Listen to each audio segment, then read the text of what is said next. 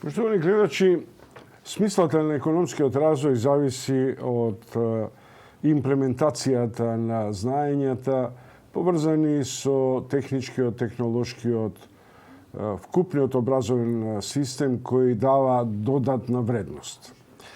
Во Македонија ми се чини дека, ако не се лажем, има поприличен број околу 30.000 или 32.000 инженери од областа на природните науки.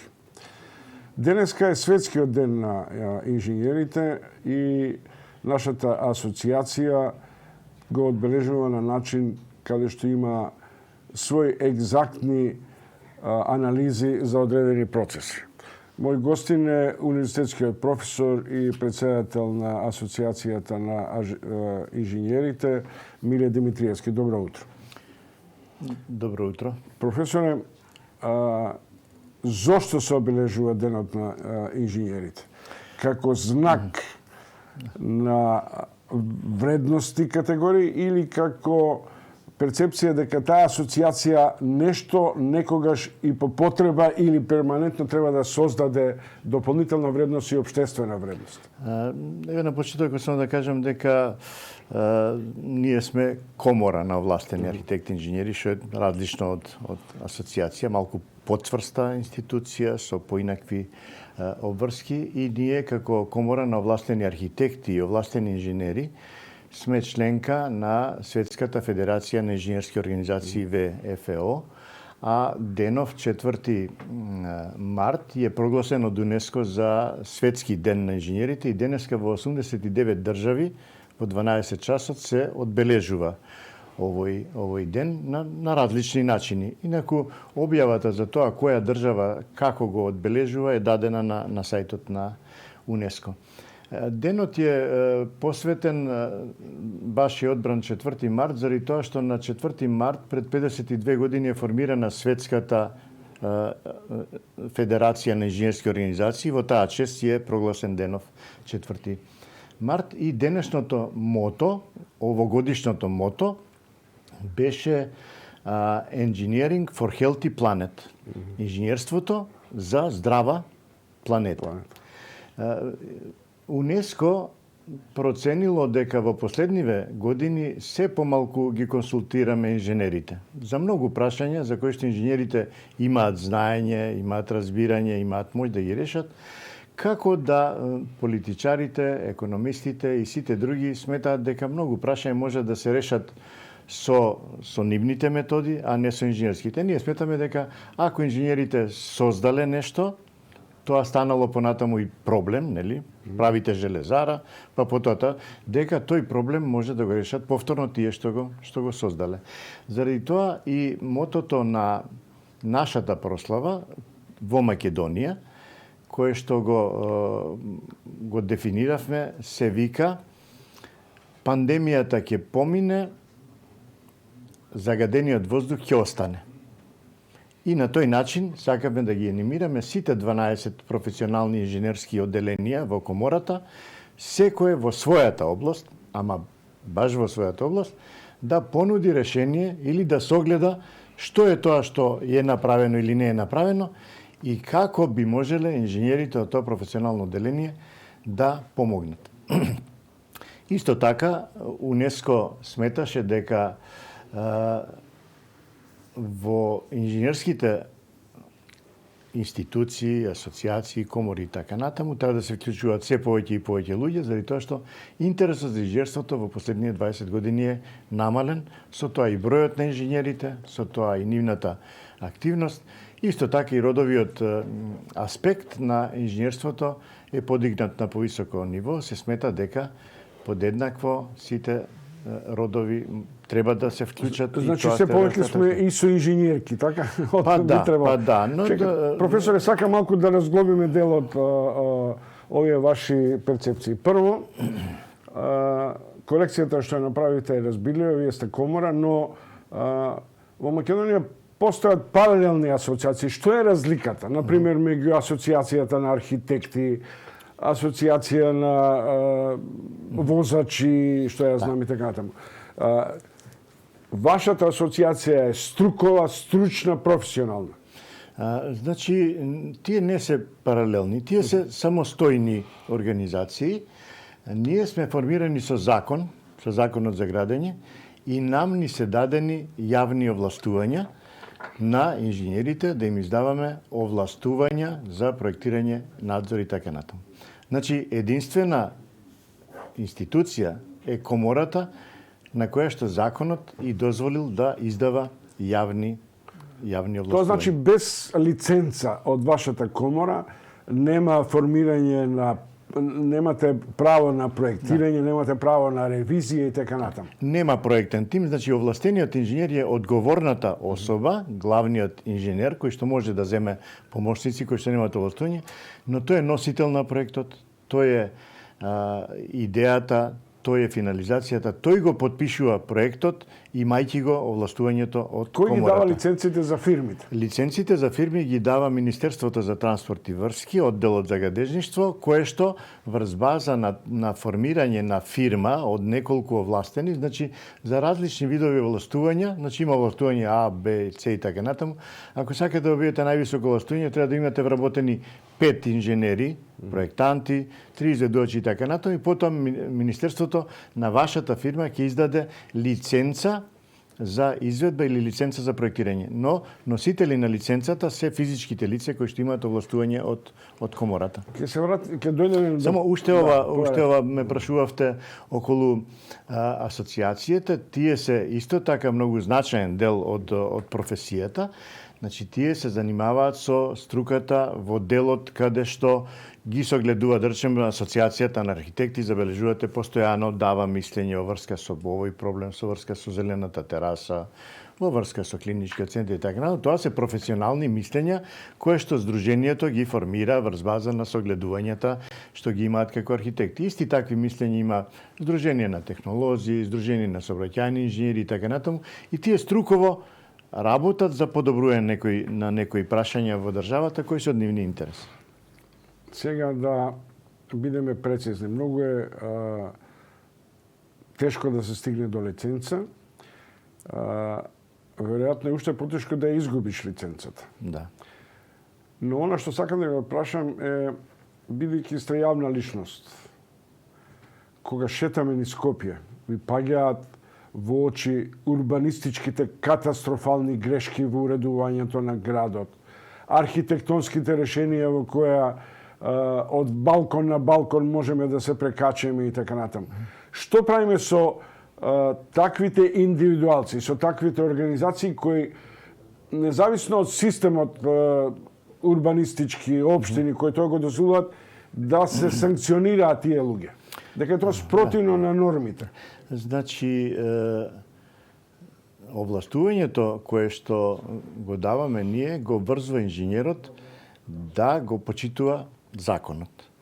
Највисок закон во областа на градењето е урбанистичкиот план, потоа деталниот урбанистички план. И тој мора да биде испочитуван. Нашиот инженер ќе го почитува она што општинската управа, државата и така натаму го зацртала, и во рамките на тоа ќе направи објект кој што ќе ги задоволува сите други професионални и технички елементи. Прашањето на вкус, прашањето на тоа дали урбанистичкиот план претходно бил на јавна расправа, дали била направена макета, дали макетата била изложена, дали макетата била ставена во така наречени аеродинамички тунели кај што се испитува струењето на воздухот, загадувањето и така натаму. Тоа се понатаму други фази за нас. Нашиот инженер, прекршокот што би го направил нашиот инженер е, ако не го почитува највисокиот закон, тоа е урбанистичкото.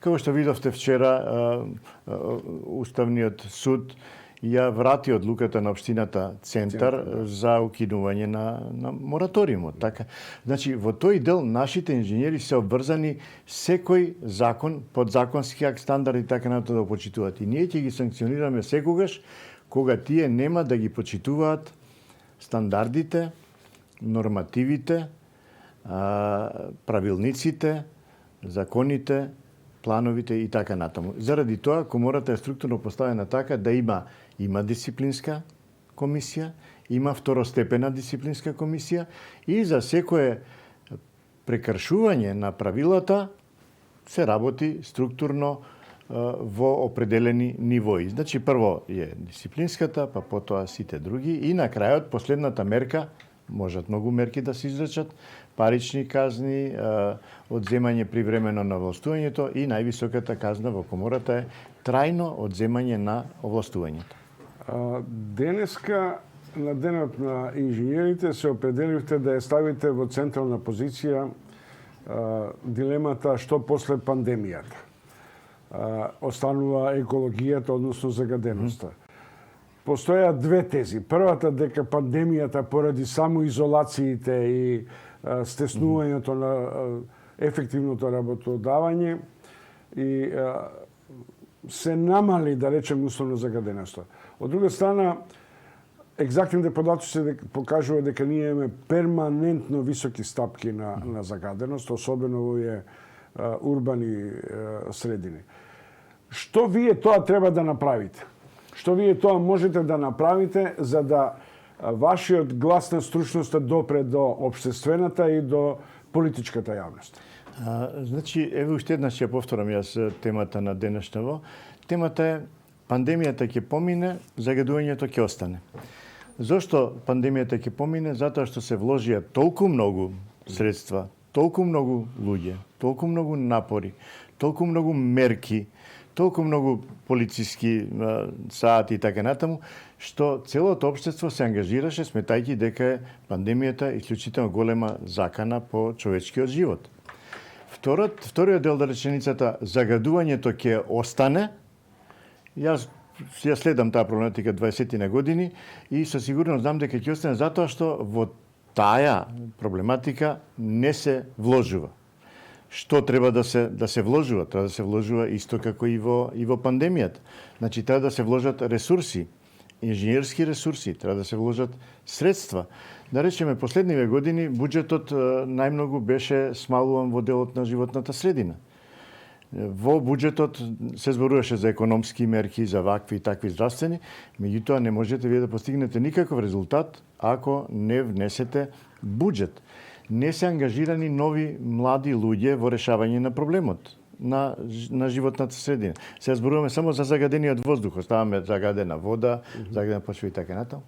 Значи, она со кое што јас еве денеска ќе го почнам моето продавање на англиски, the same old thinking, the same old results. Со истото пристап во кој што 20 години го решаваме проблемот на загадениот воздух, ќе добиеме исти резултати. Тоа е дека ќе добиеме повторно загаден воздух. Еднаш реков јас дека можеме да очекуваме, ако денеска почнеме да работиме, после 10 години да имаме подносливо загаден воздух за дишење во Скопје. Подносливо загаден воздух би било 50 микрограми за метар кубен, а сега податоците се 180, 200, 300 и така. Значи, треба да се вложува и нашата определба денес беше ваква. Ние имаме 12 професионални одделенија и рековме, окей, ве молиме, колеги, не зборувајте за другите. Вие сте сообраќајни инженери, ве молиме, кажете го вашето решение. И со колку пари можете тоа да го постигнете. Не зборувајте дека урбанистите направија, па сега ние не можеме. Не, вие оставете ги урбанистите ќе кажат за нив. Вие кажете, ние ќе го пренасочиме сообраќајот да нема големо загадување тука. Машинци, повелете, вие што ќе направите? Да го смениме грејењето, да не се трошат дрва и така натаму. Океј, кажете на кој дел од градот гасно гориво, на кој дел од градот електрични уреди за грејење, на кој дел од градот топлификација. Лесно е да речете вие нека направите топлификација во Скопје. Добро, тие анализи сега. Предполагам, освен што заради обврската кон Меѓународната асоциација ќе ги предадете, ќе стигнат до увото на политичките фактори кои треба да носат нови законски решенија, до предприемачите кои треба да се грижат за конекцијата на собствените фирми со човековата околина. Видете, предприемачите се грижат за парите. Политичарите се грижат за политиката. Ама некој мора да ги спои. Инженерите се грижат за инженерството. Граѓаните ги спојуваат. Ние денес правиме јавен собир. На кој што е отворено, како се вика, може секој да се приклучи. Значи не е затворен собирот. Овие предавања ги праќаме во УНЕСКО да се интегрираат заедно со сите други. Предавањата ги закачуваме на нашиот сајт и постојано кога ќе не повикате, ние зборуваме отворено дека треба, формирајте тимови, имате 3000 овластени инженери, поканете било кој од нив да учествува во некој тим. Има невладини, како што рековме, има асоциации, има граѓански издруженија, има граѓани, сите исто зборуваат. Кој е тој што треба да ефектуира? Политиката нема да ефектуира ништо. Таа треба да обезбеди механизми, методи, економијата да обезбеди средства и да се дадат насоки на господинот градоначалник и на сите други началници. Им требаат тимови од млади луѓе, посветени луѓе, стручни луѓе и луѓе кои што знаат. Процесот е долгорочен и мултидисциплинарен. Нема процес кој што може утре да го реши загадувањето во Скопје. Во Скопје загадувањето ќе се реши делумно или никогаш. Да. Професор Миле Димитровски, председател на Комората на инженери, веќе спомнав дека има нешто над 30-32.000 инженери. Да речеме 32. Вие имате ефективни и активни околу 3000 членови, 7.000 се зачленети и замрзнати. Сега ја ве прашувам од аспект на долгогодишната професорска кариера. Дали се промени општиот интерес и менталитет во Македонија околу потребата од стимулирање на природните науки, на екзактните науки? Дали тоа се сведува само исклучиво на профитабилната интересност на IT инженерите?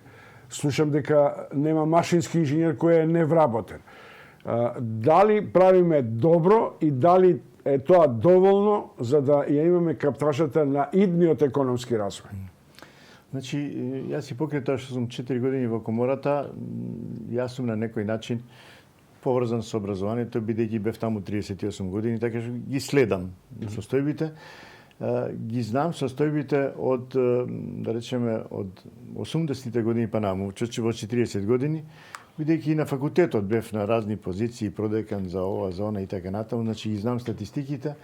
Мислам дека се смалува интересот, многу се смалува интересот, дека тешко се одлучуваат младите, дури кои ќе се одлучат да се запишат на машински, повеќе гледаат каде ќе продолжат, во која странска држава ќе продолжат да работат, а не во ова. Дека малку се вложуваат ресурси за нов кадар и на машинскиот, осем на факултетот за информатички технологии Финки, каде што беше млад факултет, па и кадарот и многу студенти имаше таму. Видов за последние години дека дури за ФЕИТ, факултетот за електротехника или информатички технологии, интересот се намали, па и на машински и за други насоки.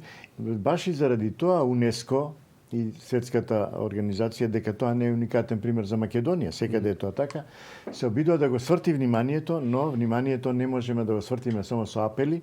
Треба ресурси, треба стратегија и треба акциони планови за тоа да се спроведе. Дали тоа се намали? Освен ако се иземат IT инженерите и IT индустријата која е во рапиден раст, се резултира меѓу другото и заради стагнацијата во индустријскиот развој на Македонија, заради стагнацијата во технолошкиот развој. Дали без тоа ние практично немаме, да речем условно, база за нови дисциплини и нови сваќања, роботика, вештачка интелигенција и така натаму? Наши инженери се освоsobени скоро за све, но ние имаме така наречен old fashion индустрија во која што нема голем напредок. Значи, наши инженери кои што се вработуваат во оваа индустријската, слободна индустријска зона, кај што има фирми од странство кои што донеле некоја нова технологија, одат напред, се развиваат, но во секој случај ние и начинот на образување на студентите, начинот на инволвирање, комуникацијата со стопанството, однапред да ги продадеме под наводници студентите уште од втора година, па од втора до четврта да ги школуваме за вашите потреби, ако е вашата фирма некоја специфична. Тој нов начин на образување, новиот начин на студирање, прилагодување кон новите технологии и така натаму, да станат производните погони, лаборатории на факултетот, не е уште тоа се направено. Така што треба многу да се менува, треба многу енергија и треба најважната работа, што мислам дека недостасува за овие два проблеми, за проблемот на воздухот и за образованието, е посветеноста. Значи, ние треба да имаме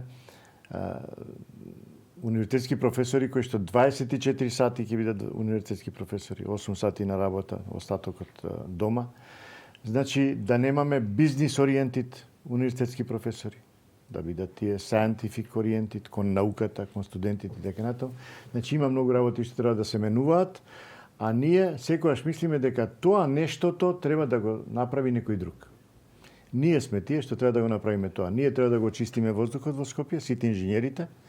Ние, професорите, треба да го смениме стилот на однесување кон студентите, начинот на однесување и секој во својата струка. Ако сте вие 24 часа чомовски посветени на ова што го работите, секој друг треба да биде 24 часа, јас треба да бидам 24 часа председател на комората, 8 сати на работа, останатите 16 дома, ама мојот софтвер да биде приклучен постојано таму. Така ќе има резултати, инаку не. Ако ова го нудите, ќе молиме Бога пандемија да има, па не, мора да имаме некаков општествен ритам на живење, така ќе формираме некоја свесна Софтверот не ве исклучува вас да се дружите, да одите по кафани и така натаму. Но сакав да речам, да не биде дека вие сте во првите 8 сати универзитетски професор, а во следните да размислувате дали вашето лозје кое што се окупиле тука во Скопје, родило треба да се прска и така натаму. Во вториот дел да бидете... Тој ментален склоп сите го плаќаме, не се само инженерите, тука се и судиите, и професорите, други и така натаму. Но, како и да е, нам ни преостанува тоа што го имаме да го менуваме, а тоа што треба да дојде да го создаваме. Ви благодарам. Тоа беше професор Миле Димитровски, председател на Комората на инженерите. Денеска е нивниот светски ден, а во Комората ќе биде организирана трибина околу под наслов "Пандемијата ќе помине", загаденоста ќе остане. Ви посакувам творечка работа и честитки за денот и со желба инженерството да стане една доминантна професија која ќе биде поврзана со економскиот развој. Ве поканувам вас и гледачите на Facebook страницата на Комората. Е слободен пристапот на предавањата кои што ќе се одржат во 12 часот и на кој што на почетокот на предавањето ќе се обрати председателот на Европскиот совет на инженерски комори господинот Клаус Туридил. Благодарам многу. Тоа беше професорот Миле Димитриевски.